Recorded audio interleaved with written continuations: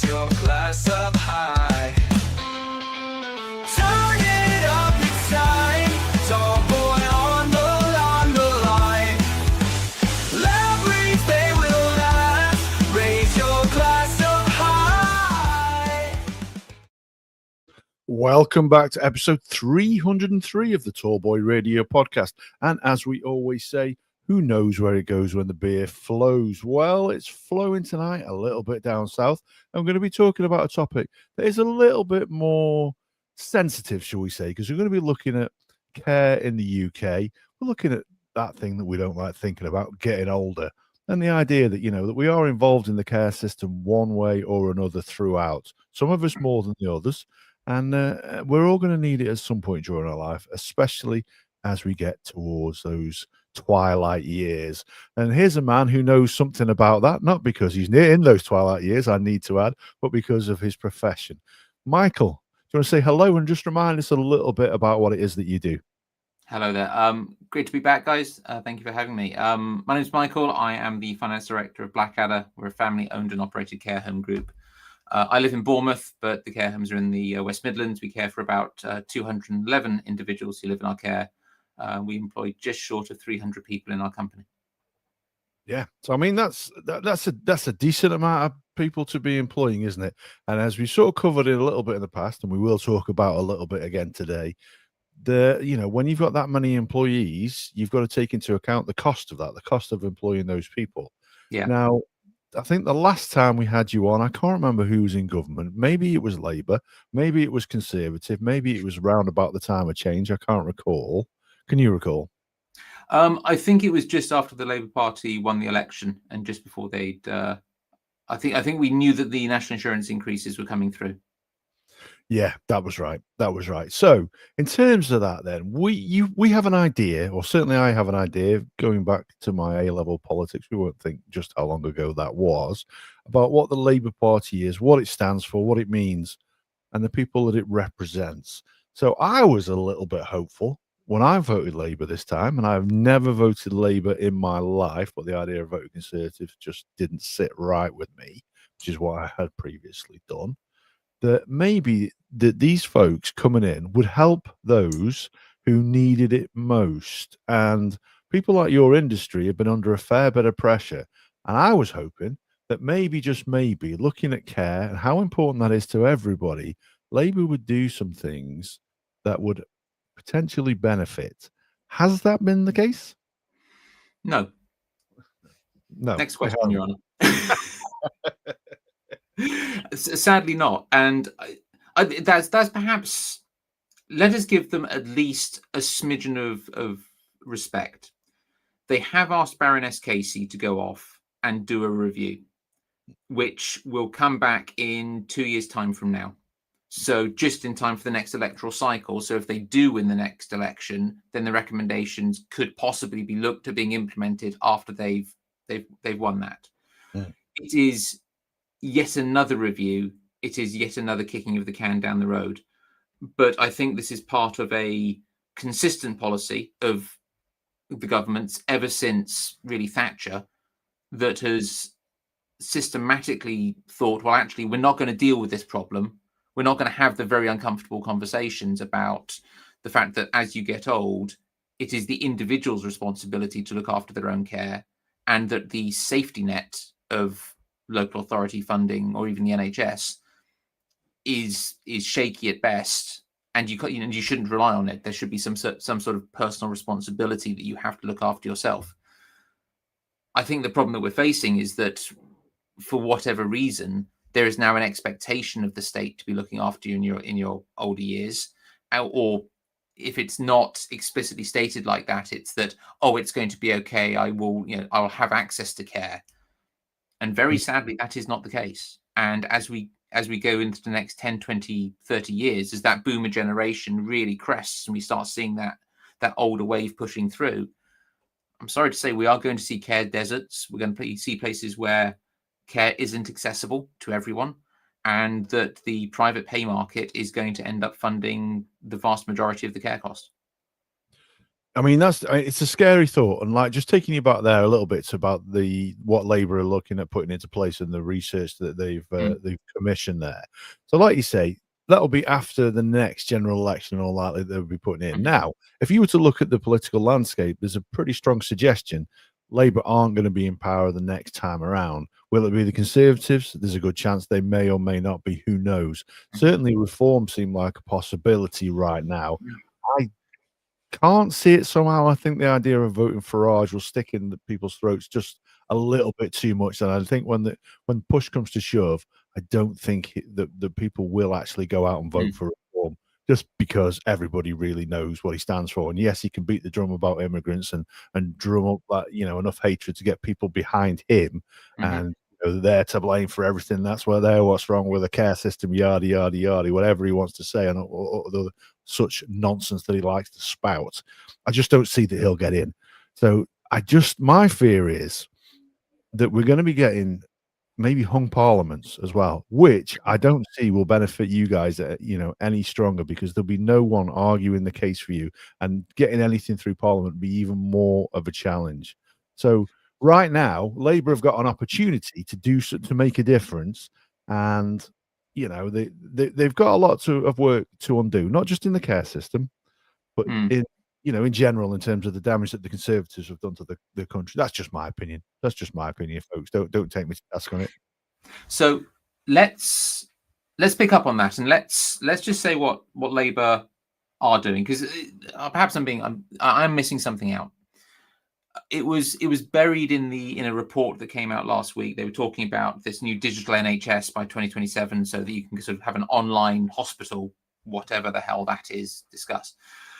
There's been talk in the last year of sort of community-based health services, because we've closed all the community hospitals, and therefore we need to have more healthcare in the community. Again, unwinding old policies. But one thing that they have proposed and they have committed to is that there's a sum of £4 billion that's going to be released into social care. And Labour have said that they are going to create what's known as a fair pay agreement. So of that £4 billion that was already earmarked to plug a hole in social care's funding gap, it's not enough, by the way. We are literally just papering over cracks with £4 billion. But of that £4 billion, £500 million is due to be allocated to this fair pay agreement, which means that workers in social care will earn more money above national living wage. The figure that was being bandied around was about £2,000 per person per annum. It's just under roughly 10% of a wage increase. Not to be sniffed at, but it's roughly £1 an hour, roughly. But there are 1.5 million people who work in social care. So 500 million divided by 1.5 million is £333 a year, which isn't 2,000. No. So something somewhere has got to, it doesn't quite add up. And again, it goes back to this point around the private sector. The private pays, those who can afford it have to pay for it. So I think that irrespective of whatever political party you get into, you come back to this point of the system is set up so that the private pay will pay for it, and they have to pay for it, and that's the way the system works, isn't it? But that, if you look at where was that decision made, it wasn't by Thatcher, it wasn't in the 1950s in the creation of the NHS. It's actually, you've got to go back to the 1920s and the poor laws that were created. Which, without diving too much into a history lesson here, tell me if you want to, because it is interesting. No, I love history, so please carry on. So we have this Victorian state that old people are considered morally weak if they need help. So so poverty is a moral problem, and the charitable relief is really only if a local vicar gets involved. It is very much devolved to that sort of local state, and the elderly poor are sort of warehoused, if you will. They're put in institutions, and it's only until you start getting past World War I and this idea of social welfare starts to kick in that we end up with the closing down of these institutions for younger people. Their workhouses, you have debtors' prisons, and what have you. They're closed down just renamed as things as public assistance institutions. Quite bizarrely, our group actually, because we like to buy older buildings, we actually own 2 buildings that have been in that sort of service since the 1800s. We've got photos of them operating like that. So the old people are sort of who can't look after themselves are trapped in this moral loop of, you're morally weak, you're not good enough, we will try and support you, but it's a housing issue, it's not a health issue. And if you can look after yourself for health reasons, okay, then you do so. But older people, no, that's housing. Right. Then you have the creation of the NHS, where health is now free, but housing is with the local authority because of this the diversion. So older people housing, what we would call retirement living, is with the local authority, and it's means tested, because of course it is, because housing should be means tested. And that's the way the sector is built up from the 1940s, 1950s, because we're still running on this Victorian principle of this moral weakness of old people not being able to look after themselves.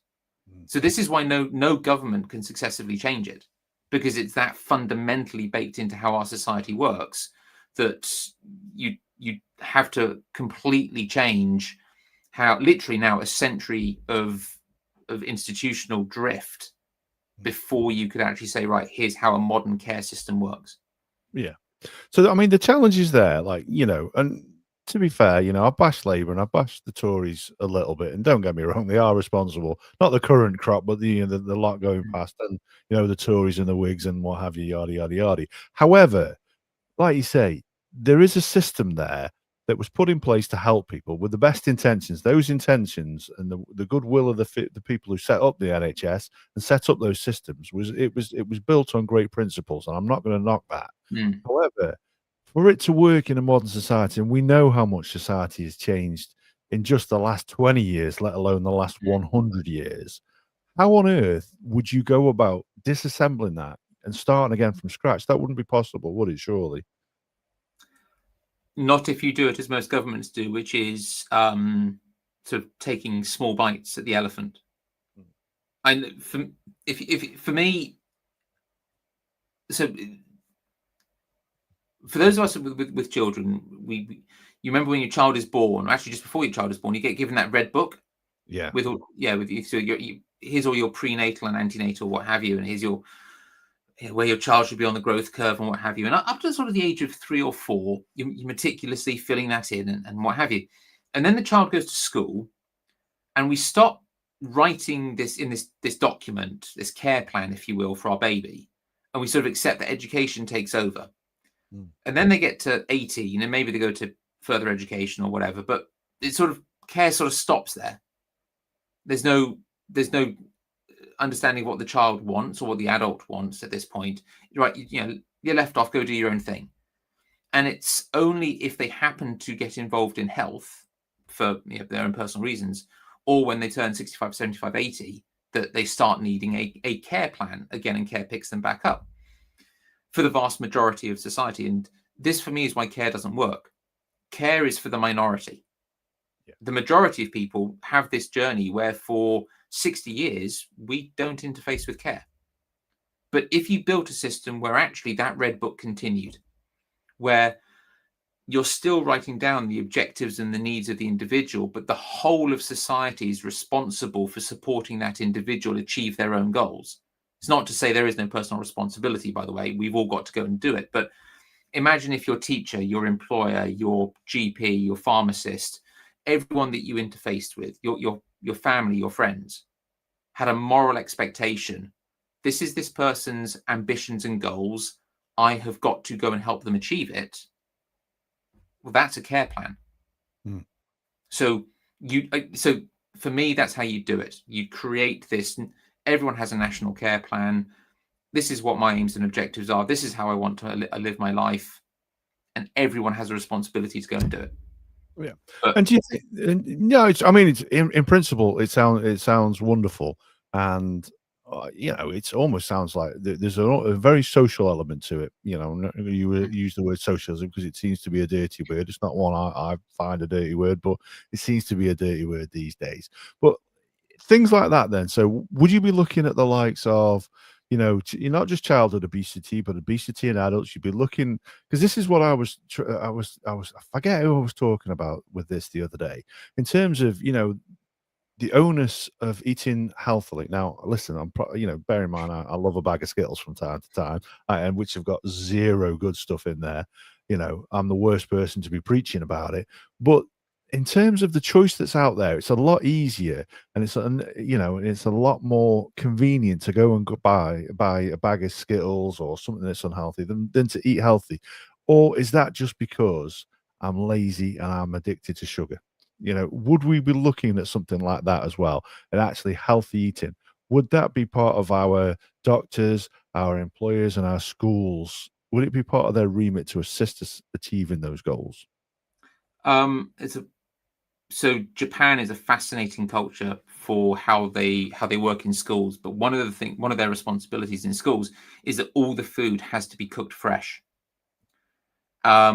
So it's not, and it can't. I don't think they're actually allowed to have refrigerated food overnight on premise. It's that level of freshness. And if you go in, and there are a number of people on YouTube who have done this, gone into a Japanese school and asked the children, "What's your favorite food?" I like rice. I like salmon. I like broccoli. You show them American food, and I'm like, what is that? I wouldn't eat that. That's horrible. And that's children, because that's the culture that they've grown up in. I don't think that you are lazy as because of diet. I think that's just the culture we've created here. Looking back, I look back very fondly to the 1980s, where food came in one of three colors, and one of them was fluorescent. Not that I was allowed much of it. My mother was, if it had E numbers, you weren't allowed it. Bless her. But recently, I've gone on a major health kick myself, and really tried to eat healthy, cut out the junk food, not too much processed stuff. And damn it, it's hard, and it's time consuming cooking like that every night. And I completely get why most people wouldn't want to do it and can't do it, frankly, given the cost and the time hassle, and the you've got to go out and get fresh food every so often. It's easier just to throw a pizza in the oven. Of course it is. Yeah, I mean, so I mean, if you're proposing and ultimately you are suggesting that if we were going to start again, it isn't just about doing the little things and papering over the cracks the last X amount of governments have done. It would literally be starting again almost from scratch, like I say, with a care plan for life, which makes total sense. It wouldn't just be care, would it? You'd be looking at other parts of society. Obviously, care is what you are interested in. Now, talking about pay then as well, because like you say, cost, everything comes down to cost these days. Yeah. Everything's always come down to cost, but people are very much aware of the cost. They're very cost sensitive. Now, nobody would begrudge a care worker getting that extra £1 an hour, and if the government are going to contribute that, obviously clearly not all looking at those figures, they don't quite bear water, but nobody would begrudge those people the pay that they would propose to have for what they do. However, how realistic is it then if Labour or whichever government don't contribute enough money, then it's going to come from private people who are paying the funds? How realistic is it for you as a business owner to be paying that extra £1 an hour with only a part of that contributed to? So roughly 50% of our income comes from local authorities or the NHS. The other 50% comes from private individuals. That's largely consistent across the whole of the UK as an average. It skews between the north and the south. So southeast, much more private provision. The further north you go, much more local authority NHS provision. But in general, 50-50 is about right. We use, in one of our care homes, which is 40-bed, relatively complex care, nursing, we use about 10,000 hours of staff time across all roles: maintenance, kitchen, domestics, care, nurses. We use about 10,000 hours a month. So that's just putting an extra £1 on is £120,000 a year additional cost. So, and it has to go on everyone's wages, because we can't have too many pay discrepancies, because That's just we found that doesn't work in our business. Yeah.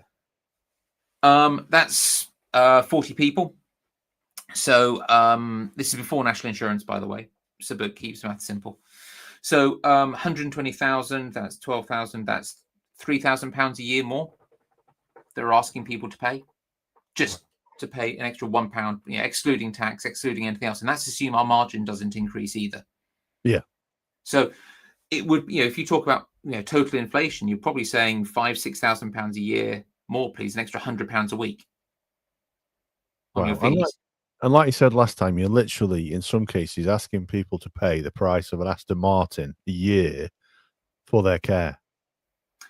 So what we're seeing now is that the Low Pay Commission is starting to come out with some really, it's starting to say that, oh yeah, we should be looking at about a £12.70 something increase, as £12.70 national living wage in next year.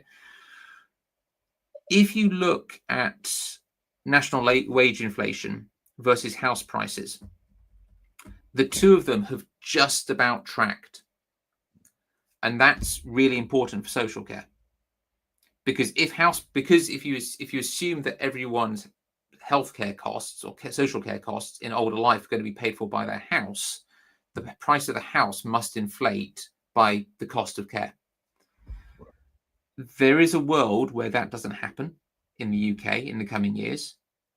And there is a world where wage inflation, particularly with this fair pay agreement, and also with the increased unionisation of the care workforce, which the Labour Party are saying this is going to happen. We are going to allow, if not force, or very much proactively encourage the unionisation of the workforce.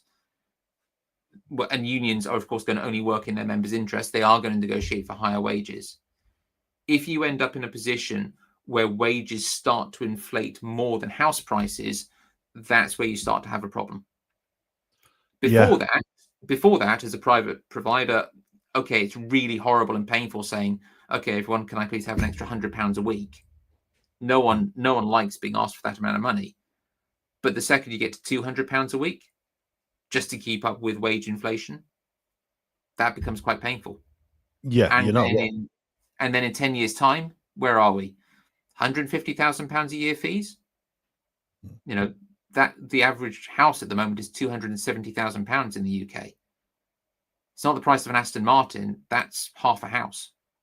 Yeah, and when you break it down into those kind of thoughts, that's actually quite scary. That is actually quite scary. And I hadn't really considered the thought that actually, that you need your house to increase in value, because otherwise, when you need to use it as the equity to pay for this care, or to sell it for the money for however long you move into one of these places, gee whiz, that is a really scary thought if that doesn't keep up with the increasing costs. Yeah. Kemi Badenoch came out today, leader of the Conservatives, and said, yeah, we're going to remove stamp duty for buying your main house. Yeah, of course, because we need to have people owning houses, because they need to have a way of saving for their later life care. That's what that's about. If you have a generation of people who can't afford to buy houses, you will have a bunch of people who will rent for their entire lives. They won't save up for that nest egg. They'll hit 65, 75, 85, and all of a sudden, the state has got to provide their care completely. Yeah. And we do know that they aren't exactly flush with money either, for sure. There's a little bit of an imbalance in their books as well. Well, I laugh. We're starting to see local authorities looking to declare bankruptcy, well, as far as they can. Yeah. Shropshire is looking pretty shaky. Gloucestershire is looking shaky. It's financially challenging and there for local authorities for the same reason it is for all of us. And they can't raise the council tax by more than 5% per annum. That's another point, by the way, that needs to change. So your council tax can only go up by a maximum of 5% per annum. Nominally 3%, but they're allowed to raise a precept to an additional 2%. But if they're funding social care, and social care in its entirety, not just older person, but all social care, all education support and what have you, which is obviously very, very staff dependent. If national living wage goes up by more than 5%, and the local authority is funding it, there's got to be a shortfall because their revenue can only go up 5%. Do you know, it's a challenge, and I always think this with taxation anyway. In terms of, there has to come a point, there has to be a tipping point where you physically can't tax anymore. Now we're not there yet, but some people would argue that we are. But there has to be, when you're increasing tax, you know what I mean. It's a percentage.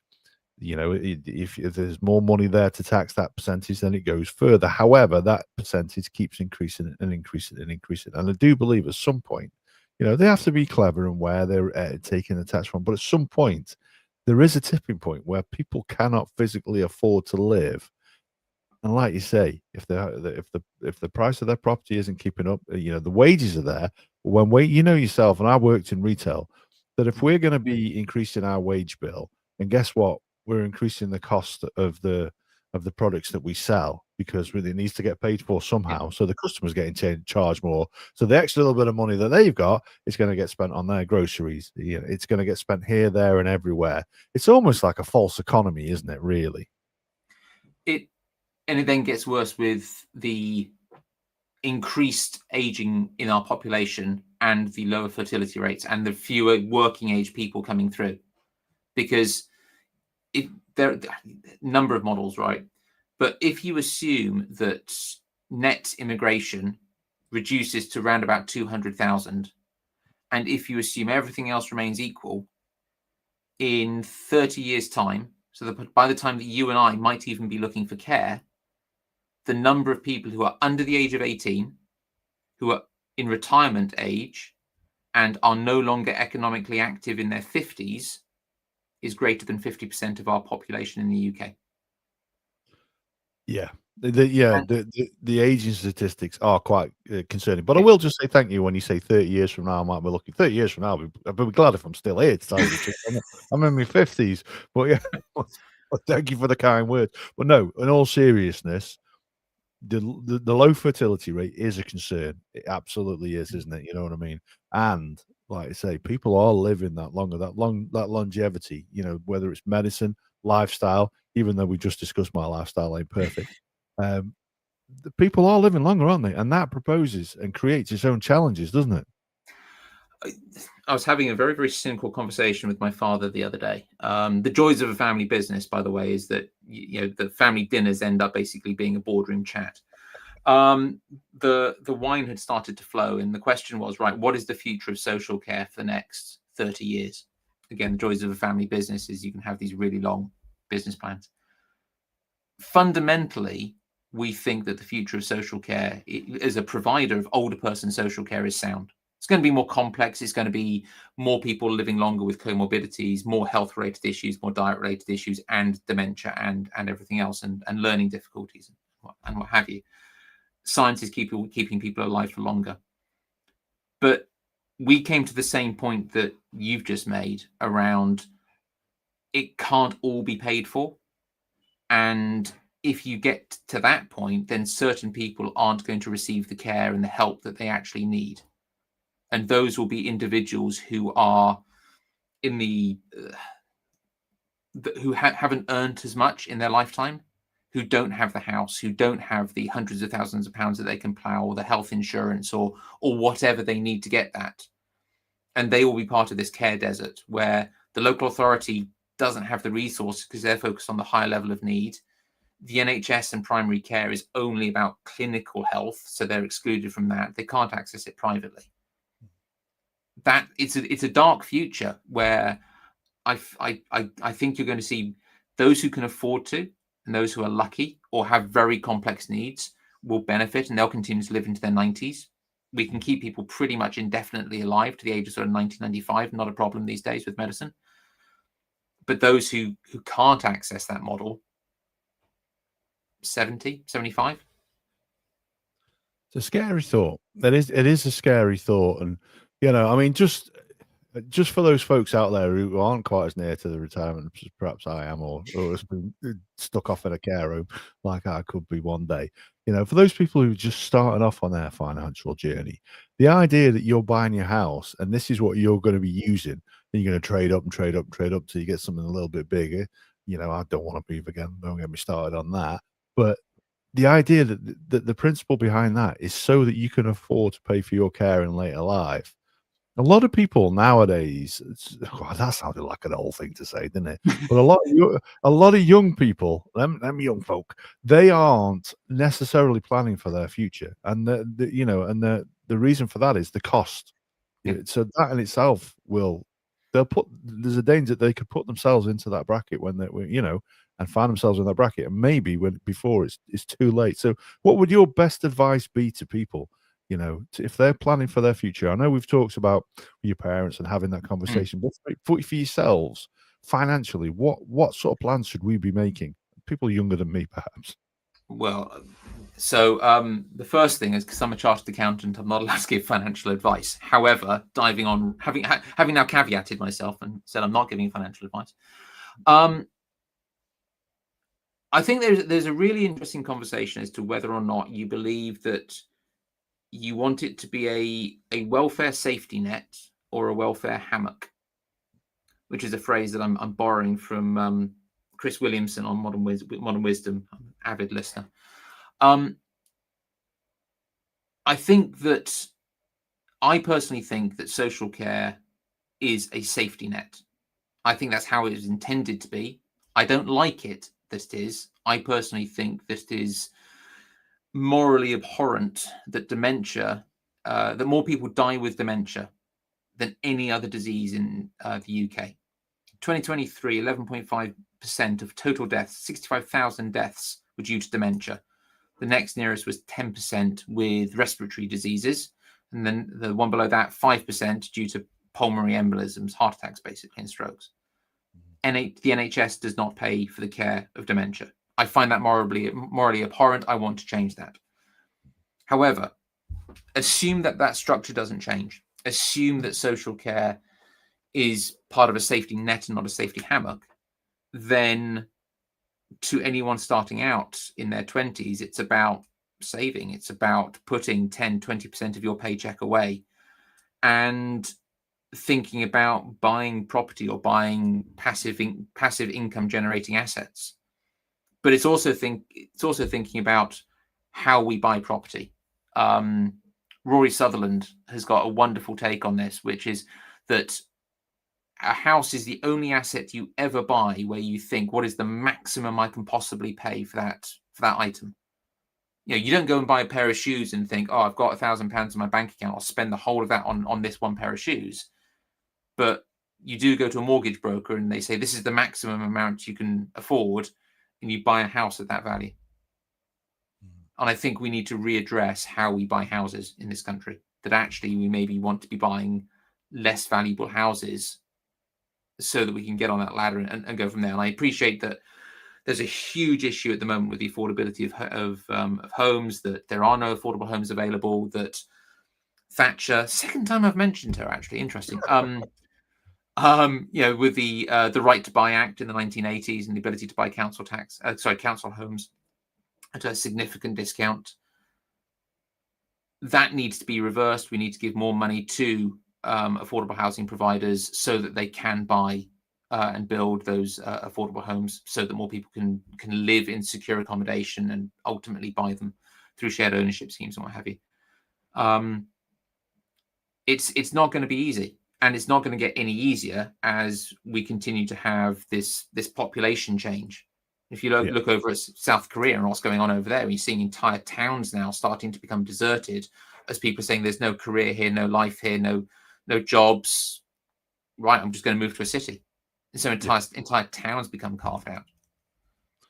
Yeah, and like you say, something like that seems very far fetched. But when you start to look at the way that we're headed financially, you can build a model.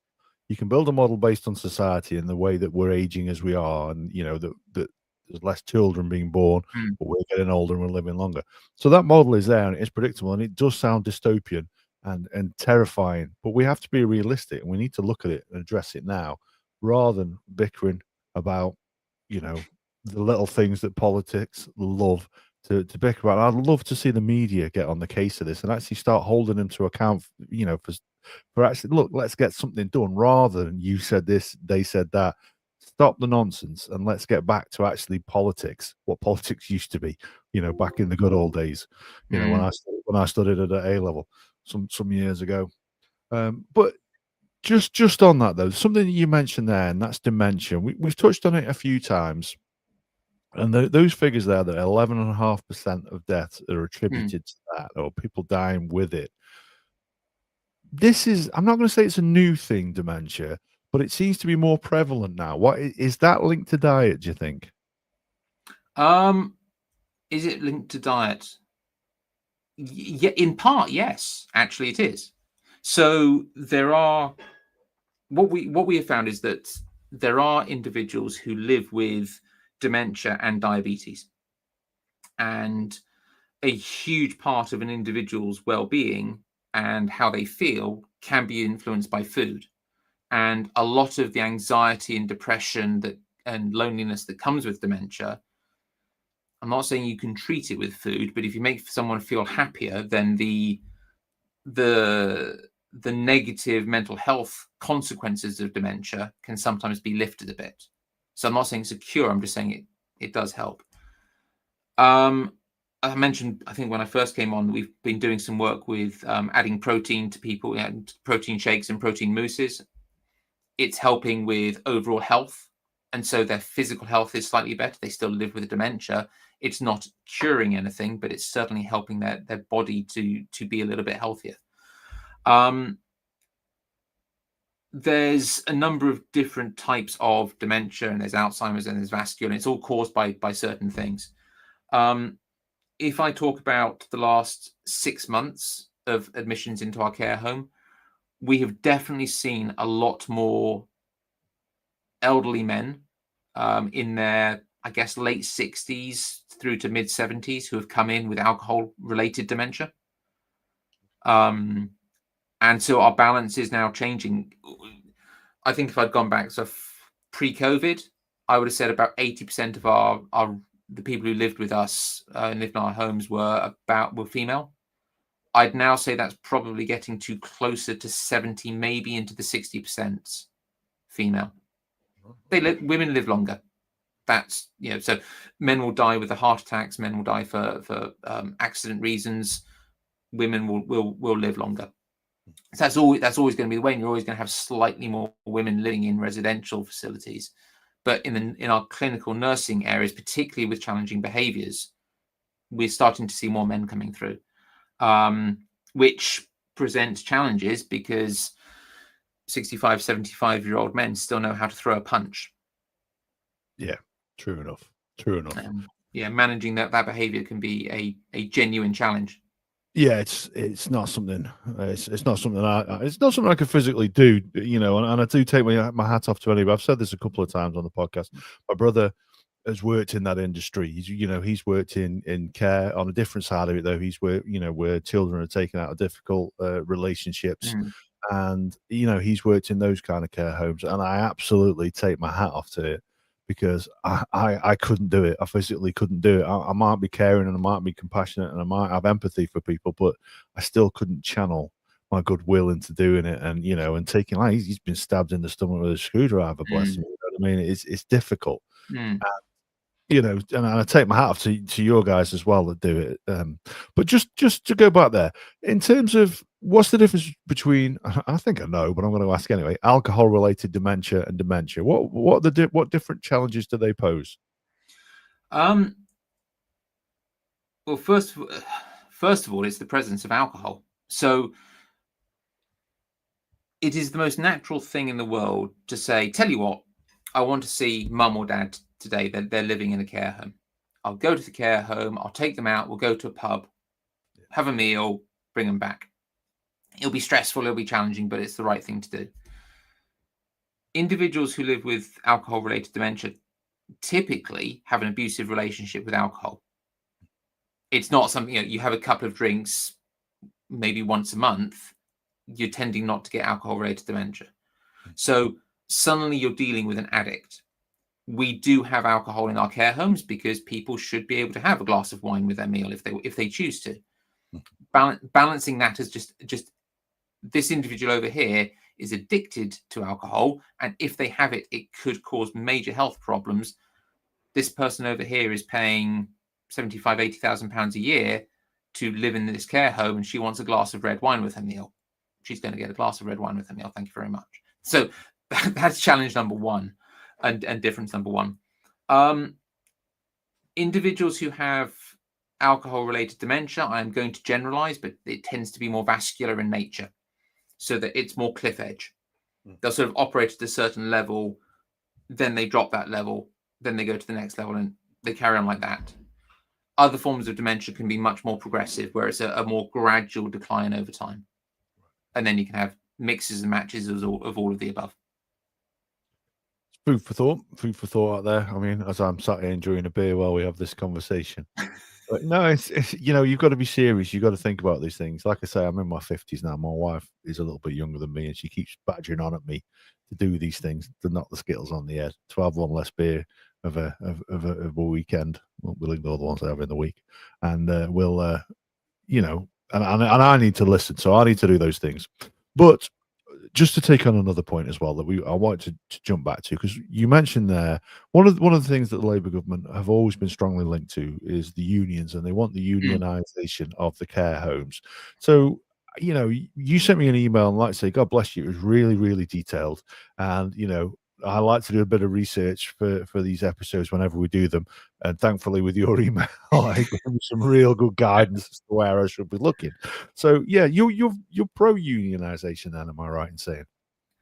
Yeah, I think I am, which is really, really weird for a capitalist business owner to say, right? Why would you want unionisation? Well, the simple answer is that if ever a care worker says, right, I'm going to man the barricades, I'm going to get some placards, I'm going to march for greater pay, providers will say, yeah, great, we're right there with you. We marched back in February through London, demanding reform of social care and higher pay for carers. There was another march, again led by Providers Unite, at the Labour Party conference up in Liverpool, again demanding exactly the same thing. This is not just carers or the individuals that they care for. This is providers, the business owners, who are saying we want more funding to pay higher wages to our staff. And unionisation is a great way of getting that. Do I hope so, and I hope it works. How would you cope though? I mean, like you say, you'd support them all the way, and you'd get your placards out and join them. But when it comes to actually caring for those people, and this is where it becomes challenging. When you see NHS workers, it's very difficult for them to go on strike and not look like they're abandoning their duties. There's a fine line between getting public sympathy and angering up the blood of those people, thinking, we pay our taxes for you to look after us. Yeah, fair enough. You don't get paid enough. We accept your conditions and your working conditions aren't good enough. But at the end of the day, there's waiting lists there that need taking care of. There's people in your care homes that need looking after. There's a danger that they can lose sympathy there. Yeah. That could pose its challenges to the running of your business, couldn't it? So it depends on how the unionisation works out. If it's care home by care home, that is a very different picture than if it's regional or not. If it's regional and you have entire local authorities being potentially impacted by strike action or whatever, that is a different picture to a singular care home striking and the provider going, sorry, we can't operate today, or well, actually no, we have to literally bus agency workers in and take the financial hit and go from there. If you're in that position where the provider is saying, I need to achieve higher wages here, again we go back to the point about private pay. The local authorities don't have the budget. The NHS is not going to pay more. Central government isn't going to release funds just to deal with this problem of their own making. The private pay market will, though, because supply and demand. You need a care home bed. This is the care home bed you're in. We're going to ask you to pay more, please. Whereas if it's on a more regional basis, then yeah, local authorities will have to put their hands in their pocket, and we are going to see providers saying, well, local authority, you may base your cost of care on national living wage or the fair pay agreement national wage for carers, whatever that will be. Actually, this is the wage I've got to pay because this is what my union is demanding. Therefore, you've got to pay to this, and so you'll have more complications within that funding model. Fundamentally, the local authorities will say, we don't have any cash, we're not getting any more cash for this, so therefore go charge the privates more. Yeah.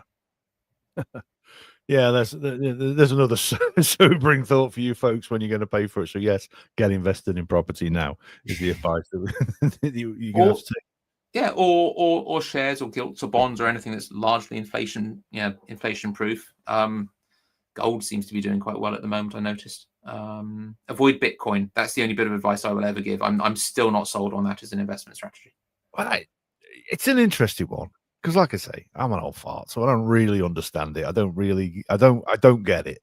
Okay, but there's a story of the fellow with the pizza, wasn't it? You familiar with that when Bitcoin was in its infancy, where he'd offered so many Bitcoin for 2 pizzas to be delivered, and he paid it. And the guy paid it, and ultimately it's worth something like, was it 3.3 million now that he paid for that? Which for the 30 quid or $30, because it's obviously Americans, it's $30 worth of pizza that he'd delivered. And whether he still has it or whether he palmed it off on one of his mates who's now driving around in a Corvette, I don't know. But yeah, I don't understand that. Maybe Bitcoin is the way to go. Maybe we'll do an episode on the future, but we'll get someone other than me to talk about it because I don't get it. I don't get it at all. So, just out of interest, and one of the things that is big, and I'm chucking this on you because it wasn't something we'd talked about, but something that's very big in the news at the moment, and whether it's I don't know whether it will happen or not, but digital ID. Have you looked at that? Have you looked at how that would impact your run-ins? Would it make life easier, or would it just be an increased cost? We've already got it in social care, bizarrely. So most individuals have got an NHS number. We all tend to have it. You'd be genuinely amazed how connected systems are. That once you've got someone's NHS number, how far you can go. And we've been able to find out stuff that maybe the GP didn't even know, or the pharmacist didn't know, because we can go into multiple systems and ask those and ask that information if we know what we're doing. So yeah, I think it for me it solidifies a few things. I think it saves me having a wallet. Frankly, it's all on my mobile phone. I don't have to have my driving license, my bank cards, and what have you around. Simplifies a few things. It'll make recruitment a little bit easier because we don't have to say, oh, please bring in your passport and another form of ID and your proof of right to work in the UK and your visa and what have you. Just show me the app. Yeah. So I don't like bureaucracy. I don't like the idea of having to make sure everyone's got their ID, and I think it's very easy to say, oh, this is an anti-immigration thing. It's not an anti-immigration thing. It's just code. It's just putting something in digital format, what we already have, and just putting it in one place. And then as a simplification measure, I quite like it. That's interesting. I just wanted to get an aspect on it because it angries up the blood a little bit, and I always like to get people's sensible opinions, and he strikes me as a sensible fellow. So I want to see what your thoughts were. Like you say, in terms of your NHS number, I don't know off the top of my head, but I do have the NHS app, and to be honest, I only got that about 6 months ago, and that's been an absolute revelation, and the value that's brought to my life. Just simply doing a repeat prescriptions become a hell of a lot easier. It's not a drive here and ticking in boxes there and what have you. Just press the button and go and pick it up when I need it. So it's simplified my life. But yeah, just interesting. I certainly, from recruiting in the past, I was sort of looking at that and thinking, do you know what, that will make life a lot easier. Yeah, and even just from the point of being recruited, all of a sudden, we need your birth certificate. Hang on a minute, well, I haven't seen that for about 25 years. And not the short version. We need the full one with your parents' occupation on it. So that is an interesting one. So just on that, by the way, just imagine if your care plan was on the NHS app as well. It flicked up. Right. Tell you what what do you like to eat? How do you like to what do you like to do? What's what are your hobbies, your interests? What ambitions do you have for the next 5-10 years? And it's all Yes. linked to the NHS app. That, by the way, is the detail of how you do it. Yeah, it's interesting that. It is interesting. We had a guy on actually on the podcast a couple of years ago, a guy called Todd Orndorff. He's been on again recently, but he had this idea, and to be honest, it was largely that. It was an app where you shared your information on it, and it was purely so you could see what other people were up to. What we were sort of saying, actually, for data mining purposes, people would pay you a fortune for that. If you get it as a social media platform, people would pay a fortune to advertise and take that information off you. They'd be falling over each other. But like you say, if that little red book, whether it's an NHS app, that's your care plan right there, isn't it? And like you say, the solutions are there. They're in front of us, but it's going to take a time and take a challenge, and someone being brave enough to grab the bull by the horns. It's very easy to say. Doing the little things to paper over the cracks is literally just being seen to make a difference. To actually physically go out there and say, I'm going to change everything, that is going to be opposed from day one. Yeah, absolutely. And I think that's the joy. That's the joy of social care. You get to make a difference like that. You get to do amazing things every day. I'll tell this story because it'll open up another one. We've implemented a bit of AI in our business that so when you apply on Indeed for a job, it takes you to a landing page, says asks 2 quick sort of we call them knockout questions. If you live more than 25 minutes away, you're probably not going to want this job because the commute's too long. Just clarifies that. And secondly, it's about visa sponsorship, and it sort of explains what's going on there. But then it asks, please enter your name and telephone number. When do you want us to call you? And we have an AI bot that calls you up and has a proper conversation. And I didn't want to put it. I was really, really hesitant about it. I've tried it 3 or 4 times myself. It is good. It is genuinely impressively good as to how we're testing the data behind it at the moment. So I was calling up one of our administrators today who deals with the recruitment process in the care homes just to talk it through. Sorry, she can't talk to you at the moment. She's sitting with a resident who's had a fall. They're waiting for the paramedics to get here. And I just went, that's brilliant. That's exactly what social care. This is someone who sits by her desk. Her job is very much desk-based, laptop-based, doing administrative work. She actually had taken her laptop with her and was still sort of, making sure that she was on top of some stuff while she was sat with this elderly person who was on the floor waiting for the paramedics. But that's social care in its entirety, that every day can be that different. Yeah, listen, I get it. I'm not going to compare retail, but it is where my I've spent a lot of my time, and it's one of the joys I took from it is that every day was a little bit different. A lot of it is just sticking carrots on shelves in between mine, but it has its mind-numbing side. But there's a reason why people are attracted to do the jobs that they do, and like you say. And I always think this, if you were to pay over the odds and pay a ridiculous amount of money to get people into the care industry, you'd attract the wrong people and you wouldn't get the people who actually do care, and whether that's wrong and people want to hear it, I don't know. But that's a personal belief of mine. But you're 100% right in saying that. Can we move on from care a little bit and talk a little bit about futsal while we've got you here? Of course we can. Go on then. Tell us a little bit about futsal. What have we missed out in the intervening months since we last spoke to you? What have we missed? So England didn't qualify, unfortunately, for the Euros. Genuinely tough group, and we're still a developing nation, so that's on the back burner, I think, for us. But really great to see. So I managed to get to a couple of games. Genuinely great to watch England play futsal on a national level. Again, the game is growing. Female team is there. They had they got together as a group a couple of weeks ago, which is great. That the England futsal are willing to invest time in that, which is great.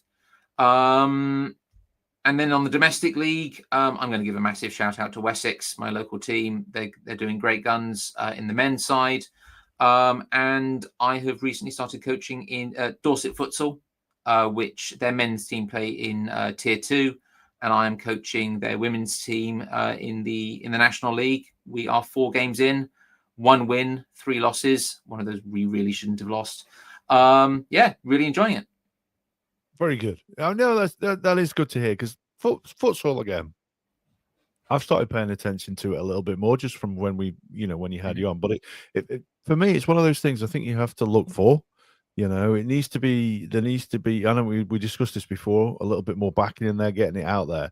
Football is there for you to see, rugby and cricket to a lesser extent.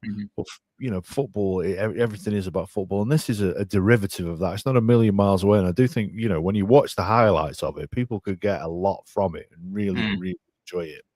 So it would be nice if you could see it pushed out there a little bit. Tell us a little bit more, though, about the ladies' team, because you and I spoke a little bit before we started.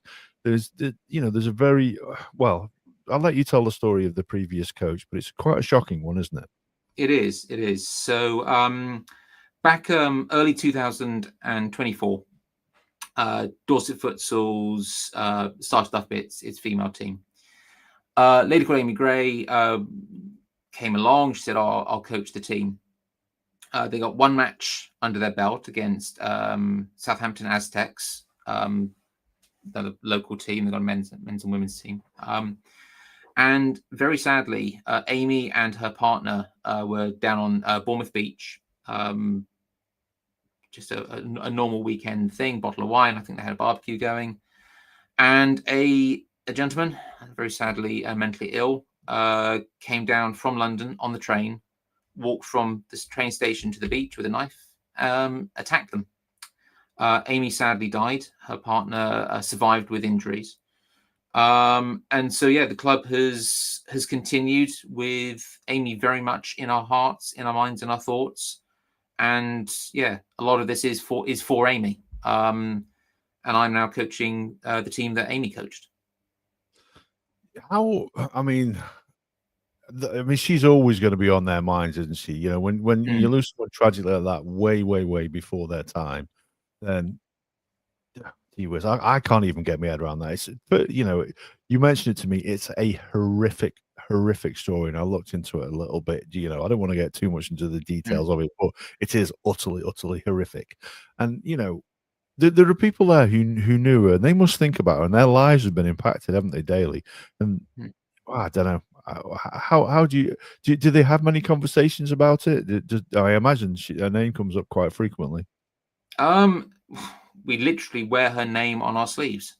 The hashtag for Amy is emblazoned in the club.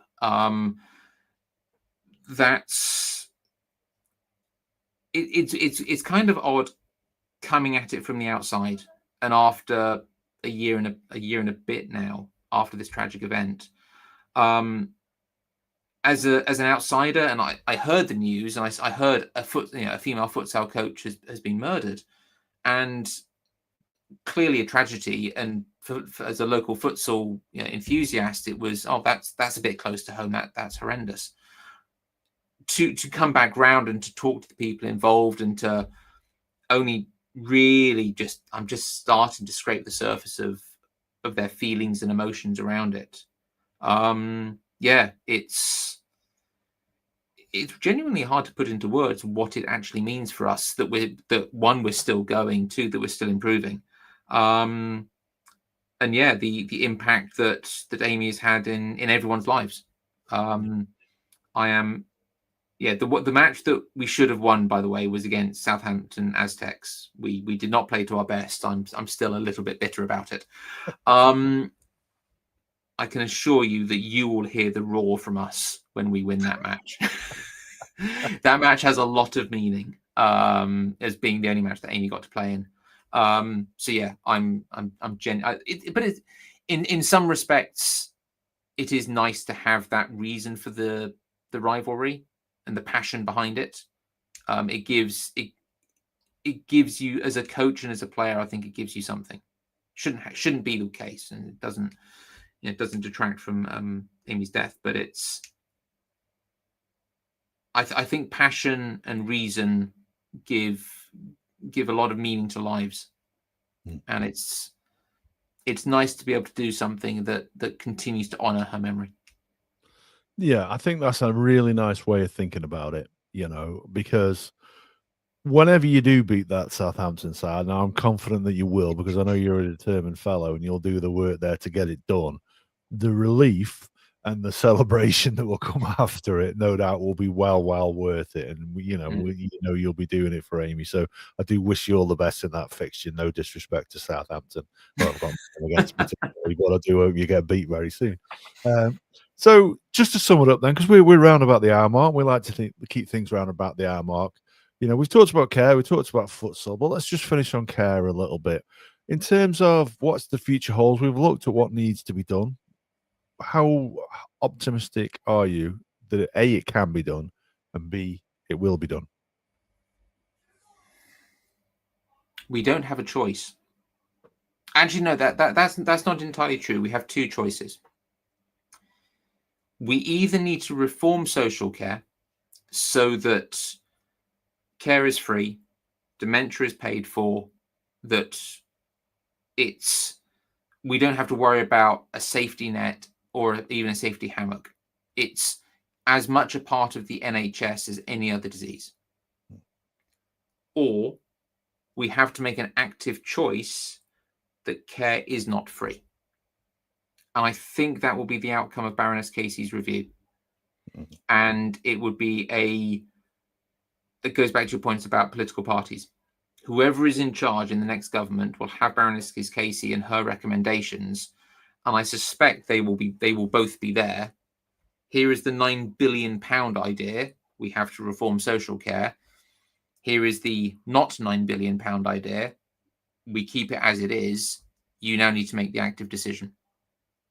Yeah, it wouldn't surprise me if if we're still talking in 3 or 4 years' time, when we get to the next election, that will be a major talking point. I hope it is. I hope it is, and I hope we're not distracted by things that aren't necessarily that big of a problem. I know people don't want to hear it.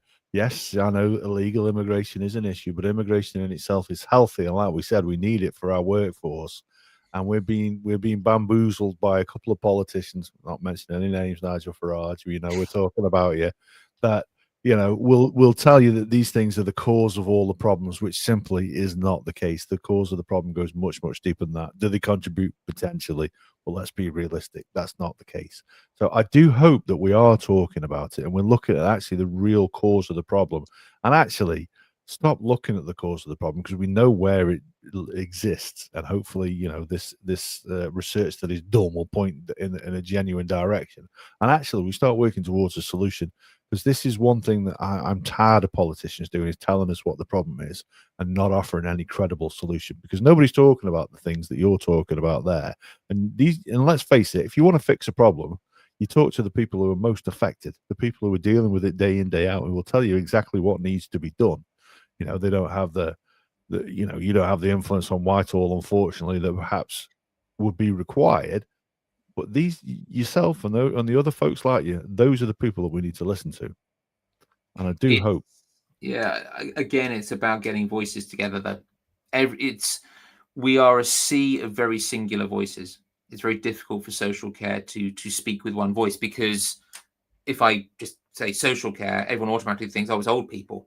But it's children, it's care leavers, it's those individuals with learning difficulties, and so on and so forth. It's such a broad spectrum that we can't all speak with one voice, and therefore there isn't one solution to everything. It's so multifaceted that it is a national conversation, and it's a conversation that I think we need to be having as a nation. It can't be done as here's a social care problem. It's a minority problem. It's something that only a few people in the world, in our country, will interface with. 1 in 3 people will need care at some point in their lives.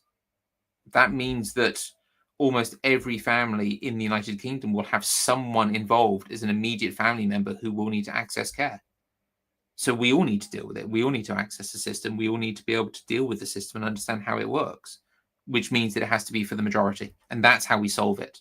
But again, like you say, it's a brave politician who actually stands up and says it. It is indeed. And go on, I'll give you the final word on the episode then, because I tend to fill it with waffle. You tend to fill it with facts and information. Give us your final thought on however you want to conclude it. The final thought you want to leave our people. I think it's very easy to be doom and gloom about social care.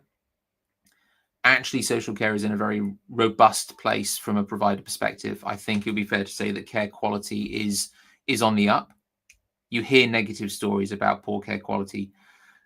Please believe me when I say that is the vast minority of providers, and it is invariably bad actors within the care homes themselves, employees who decide to avoid policy or really shouldn't be working in care. Care is a great place to be. Care is a safe place to be, and I'm incredibly proud to work in the sector.